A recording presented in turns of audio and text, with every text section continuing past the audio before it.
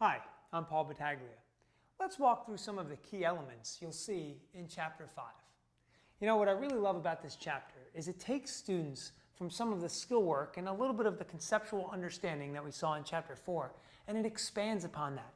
And it really gets them thinking, hey, where can I use this stuff? Where would I see this out there beyond the classroom? And that's really the exciting part.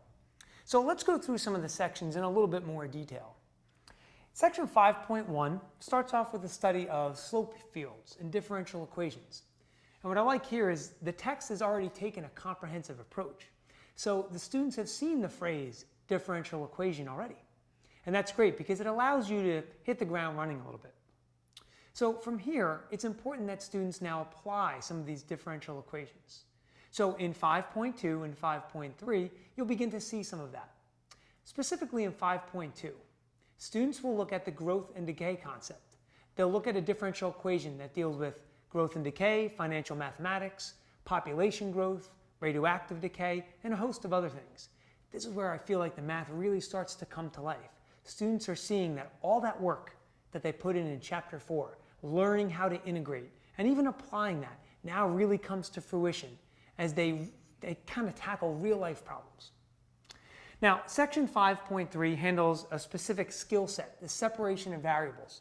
Think of it as more complex differential equations. And then finally, we move into Section 5.4. Here's the great thing about this chapter. 5.4 deals with logistic growth. That's a BC topic.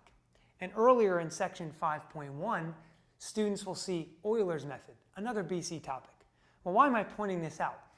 As a BC calculus teacher, it's so exciting to get to the point where I can tell students in the BC class, hey, this is really unique and distinct. For the first time, you guys are seeing something that even the other class doesn't get to see.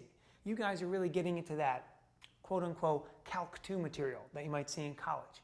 And it kind of excites them, believe it or not, because now they can focus in and say, okay, so these last couple months here, now we're really going to get into the stuff that I surely have never seen before, and I can really go to that next level.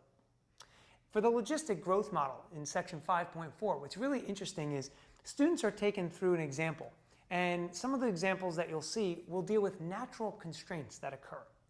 We're so used to seeing exponential growth and how it just goes on forever, but realistically, that doesn't always happen.